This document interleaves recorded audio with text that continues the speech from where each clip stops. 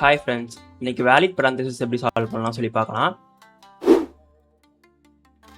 இங்கே கொஸ்டினில் நம்மளுக்கு எஸ்ஸுங்கிற இன்புட் ஸ்ட்ரிங் ஒன்று கொடுத்துட்றாங்க. அதில் வந்து 3 type of opening and closing brackets இருக்கும். நம்ம அந்த எஸ்ஸுங்கிற இன்புட் வேலிடா இல்லையான்னு சொல்லி கண்டுபிடிக்கணும். எஸ் வேலிடா இல்லையான்னு சொல்லி நம்ம வந்து கீழே இருக்கிற 3 ரூல்ஸை வச்சு டிட்டர்மைன் பண்ணலாம். Open brackets must be closed by the same type of brackets. இதுக்கு என்ன அர்த்தம்னா, இந்த மாதிரி ஒரு ரவுண்ட் ப்ராக்கெட் அப்புறம் க்ளோசிங் ரவுண்ட் ப்ராக்கெட் இருக்கா, இது வந்து வேலிடு. இப்போ ரவுண்ட் ப்ராக்கெட்டில் கர்லி ப்ராக்கெட் வச்சு நம்ம க்ளோஸ் பண்ணியிருக்கோம், இது வந்து இன்வேலிடு. அடுத்து open brackets must be closed in the correct order. இதுக்கு என்ன மீனிங்னா, இப்போ இந்த எக்ஸாம்பிளில் நம்மக்கிட்ட வந்து 3 டைப் ஆஃப் ப்ராக்கெட்ஸ் இருக்கா, இது வந்து கரெக்டான ஆர்டரில் க்ளோஸ் ஆகிருக்கு. Meaning round bracket, curly bracket, square bracket இருக்குது. அடுத்து ஸ்கொயர் ப்ராக்கெட்டை க்ளோஸ் பண்ணிவிட்டு, அடுத்து கர்லி ப்ராக்கெட்டை க்ளோஸ் பண்ணிவிட்டு, அடுத்து ரவுண்ட் ப்ராக்கெட்டை க்ளோஸ் பண்ணியிருக்கோம். ஸோ இது வந்து வேலிடு.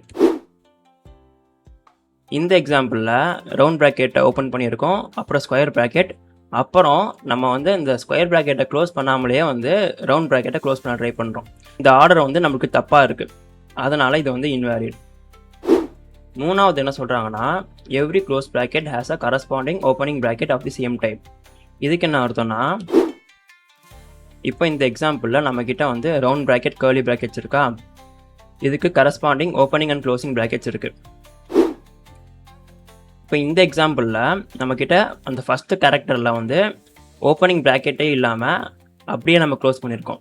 ஸோ இது வந்து இன்வேலிட். இந்த 3 ரூல்ஸை வச்சு நம்ம அந்த ஸ்ட்ரிங் வேலிடாக இல்லைன்னு சொல்லி கண்டுபிடிக்கலாம். வாங்க, இது எப்படி நம்ம ப்ரூட் ஃபோர்ஸாக போடலாம், அப்புறம் அது எப்படி நம்ம ஆப்டிமைஸ் பண்ணலாம்னு சொல்லிட்டு லைனாக பார்க்கலாம். இப்போ இந்த இன்புட் எடுத்துக்கலாம். இதை எப்படி நம்ம ப்ரூட் ஃபோர்ஸாக வேலிடா இல்லையான்னு கண்டுபிடிக்கலாம்னு சொல்லி பார்ப்போம். இப்போ ரைட் சைடில் இருக்கிற இந்த 3 பேரை இந்த இன்புட்டில் லைனாக கண்டுபிடிச்சி ரிமூவ் பண்ணி பார்ப்போமா. இப்போ ஃபர்ஸ்ட் வந்து curly bracket opening and closing ஒரு பேரை கண்டுபிடிச்சிட்டோம், அதை ரிமூவ் பண்ணுறோம். அடுத்து அகைன் ஒரு பேரை கண்டுபிடிச்சிருக்கோம், அதை ரிமூவ் பண்ணுறோம். அடுத்து ரவுண்ட் ப்ராக்கெட்டில் ஒரு பேரை கண்டுபிடிச்சிருக்கோம், அதை ரிமூவ் பண்ணுறோம். அகைன் இன்னொரு பேரை கண்டுபிடிச்சிருக்கோம், அதை ரிமூவ் பண்ணுறோம். லாஸ்ட்டாக ஸ்கொயர் ப்ராக்கெட்டில் ஒரு பேரை கண்டுபிடிச்சிருக்கோம், அதை ரிமூவ் பண்ணுறோம். இப்போ ஸ்ட்ரிங் வந்து எம்டி ஆகிருக்கு, விச் மீன்ஸ் நம்ம இன்புட் வந்து வேலிடு. இப்போ இந்த இன்புட் வந்து இன்வேலிட், பிகாஸ் லாஸ்ட்டில் ஒரு ஓப்பனிங் ப்ராக்கெட் மட்டும் இருக்குது, க்ளோசிங் ப்ராக்கெட் இல்லை. இப்போ நம்ம இதே ஸ்டெப் அகைன் ஃபாலோ பண்ணால் நம்ம ரிசல்ட்டில் கடைசியில் இந்த ஓப்பனிங் ப்ராக்கெட் மட்டும் இருக்குமா, அப்போ இந்த இன்புட் வந்து இன்வேலிட் நம்ம கன்சிடர் பண்ணிக்கலாம். இப்போ நம்ம டிஸ்கஸ் பண்ணதை அப்படியே கோட் பண்ணால் இப்படி தான் இருக்கும். இப்போ எஸ்ஸுங்கிற இன்புட்டில் ரவுண்ட் ப்ராக்கெட்ஸ் பேர் இருக்கா, கர்லி ப்ராக்கெட்ஸ் பேர் இருக்கா, இல்லை ஸ்கொயர் ப்ராக்கெட்ஸ் பேர் இருக்கான்னு சொல்லி லைனாக பார்க்குறோம். அப்படி ஏதாச்சும் ஒன்று இருந்தாலும் அந்த ஸ்ட்ரிங்கை வந்து அப்படியே ரீப்ளேஸ் பண்ணுறோம். அந்த ப்ராக்கெட்ஸை அப்படியே எம்டி ஸ்ட்ரிங்காக ரீப்ளேஸ் பண்ணுறோம். ரீப்ளேஸ் பண்ணிவிட்டு ஃபைனலி அந்த ஸ்ட்ரிங் வந்து எம்டியாக இருந்தால் அது வேலிட் சொல்லி கன்சிடர் பண்ணுறோம். இதோட time complexity big O of n square, because நம்ம வந்து ஒரு வைல் லூப் யூஸ் பண்ணுறோம். அண்ட் எஸ்டார் ரீப்ளேஸுங்கிற மெத்தடோட time complexity big O of n. So total time complexity வந்து big O of n square. And space complexity big O of n, because பைத்தானில் string வந்து immutable. So நம்ம ஒரு வாட்டையும் எஸ்டார் ரீப்ளேஸ்னு கால் பண்ணும் பொழுது ஒரு புது ஸ்ட்ரிங் வந்து க்ரியேட் ஆகும். ஓகே, இது எப்படி நம்ம ஆப்டிமைஸ்டாக போடலாம் சொல்லி பார்ப்போம்.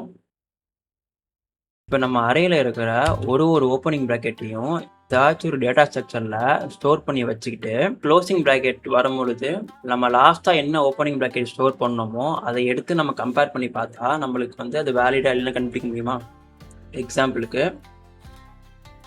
இந்த ஓப்பனிங் ப்ராக்கெட் இருக்கா, இதை நான் அந்த டேட்டா ஸ்ட்ரக்சரில் ஸ்டோர் பண்ணுறேன். அடுத்து இன்னொரு ஓப்பனிங் ப்ராக்கெட் இருக்குது, அதையும் நான் அந்த டேட்டா ஸ்ட்ரக்சரில் ஸ்டோர் பண்ணுறேன். அப்புறம் இன்னொரு ஓப்பனிங் ப்ராக்கெட்டை பார்க்குறோம், அதையும் ஸ்டோர் பண்ணுறேன். இப்போ நெக்ஸ்ட் வந்து நம்மக்கிட்ட க்ளோசிங் ப்ராக்கெட் இருக்குது. ஸோ இந்த க்ளோசிங் ப்ராக்கெட்டை நான் லாஸ்ட்டாக ஸ்டோர் பண்ண ஓப்பனிங் ப்ராக்கெட்டோட கம்பேர் பண்ணி அது மேட்ச் ஆகுதான்னு பார்த்து, அது மேட்ச் ஆனால் அது வேலிட்னு கன்சிடர் பண்ணி அதை ரிமூவ் பண்ணலாமா. இப்போ அடுத்த கேரக்டருக்கு போனால், இப்போ லாஸ்ட்டாக என்ன கேரக்டர் இருக்குது, ஸ்கொயர் ப்ராக்கெட் இருக்குது, இதுவும் அதுவும் மேட்ச் ஆகுது. ஸோ இது வேலிட்னு கன்சிடர் பண்ணி ரிமூவ் பண்ணிடலாம். அடுத்து ரவுண்ட் ப்ராக்கெட் இருக்குது, லாஸ்ட்டாக ஆட் பண்ணது ரவுண்ட் ப்ராக்கெட், இதுவும் அதுவும் வேலிட் சொல்லி கன்சிடர் பண்ணி அந்த டேட்டா ஸ்ட்ரக்சர்லேருந்து ரிமூவ் பண்ணிடலாம். இப்போ நீங்கள் பார்த்தீங்கன்னா நம்ம கரண்ட் எலமெண்ட்டை லாஸ்ட்டாக என்ன ஆட் பண்ணணுமோ அதோட கம்பேர் பண்ணுறோம். அந்த டேட்டா ஸ்ட்ரக்சரில் லாஸ்ட்டாக என்ன எலமெண்ட் ஆட் பண்ணியிருக்கோமோ அதோட கம்பேர் பண்ணுறோம். கரெக்டாக? So it is basically last in first out.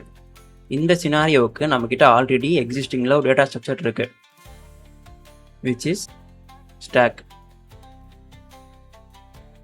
Add பண்ணி பார்ப்போமா? ஃபர்ஸ்ட் ஓப்பனிங் ப்ராக்கெட் அதை ஆட் பண்ணிட்டோம். அடுத்த கேரக்டருக்கு போகிறோம், ஓப்பனிங் ப்ராக்கெட் அதையும் ஆட் பண்ணிட்டோம். தேர்டு கேரக்டர் ஓப்பனிங் ப்ராக்கெட் அதையும் ஆட் பண்ணிட்டோம். ஃபோர்த்து கேரக்டரில் வந்து க்ளோசிங் இருக்குது. ஸோ டாப்பில் என்ன இருக்குதுன்னு சொல்லி பார்க்குறோம். டாப்பில் இருக்கிற பேரந்திசிஸ் கரண்ட் இதோட மேட்ச் ஆகுதான்னு பார்க்குறோம். மேட்ச் ஆகுது. அதை வந்து பாப் பண்ணிடுறோம். பாப் பண்ணிவிட்டு இப்போ அடுத்த கேரக்டருக்கு போகிறோம். அடுத்த கேரக்டரோட டாப்பை கம்பேர் பண்ணுறோம்.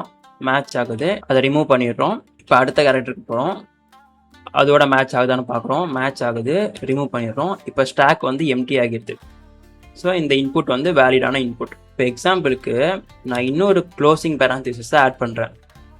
ஆட் பண்ணி இந்த இட்ரேஷனை கண்டினியூ பண்ணால் இப்போ ஒரு க்ளோசிங் பேரந்திசிஸ் இருக்குது, பட் இதோட ஓப்பனிங் பேரந்திசிஸ் நம்ம ஸ்டாக்கில் இல்லை. அதனால் இது வந்து இன்வேலிடான இன்புட். இப்போ நம்ம டிஸ்கஸ் பண்ணதை லைன் பை லைன் கோட் பண்ணி பார்ப்போமா? முதல்ல நம்ம ஸ்டாக்கை இனிஷியேட் பண்ணிடுறோம். அப்புறம் பேர்ஸ்ன்னு சொல்லிட்டு ஒரு ஹேஷ் மேப்பை இனிஷியேட் பண்ணுறோம். இதில் நம்ம க்ளோசிங் ப்ராக்கெட்டை கீயாகவும் ஓப்பனிங் ப்ராக்கெட்டை வேல்யூவாகவும் வச்சுப்போம். இப்போ இந்த பேர்ஸ் இல்லாமலே நம்ம சொல்யூஷன் போடலாம், பட் வந்து நம்ம நிறைய இஃப் கண்டிஷனும் ஸ்விட்சும் ஆட் பண்ணுற மாதிரி இருக்கும். நம்ம சிம்பிளாக போடணுங்கிறதுனால இந்த பேர்ஸுங்கிற ஹேஷ் மேப்பை நம்ம யூஸ் பண்ணிக்கலாம். ஃபர்ஸ்ட் இன்புட்டில் இருக்க எல்லா கேரக்டரையும் லூப் பண்ணுறோம்.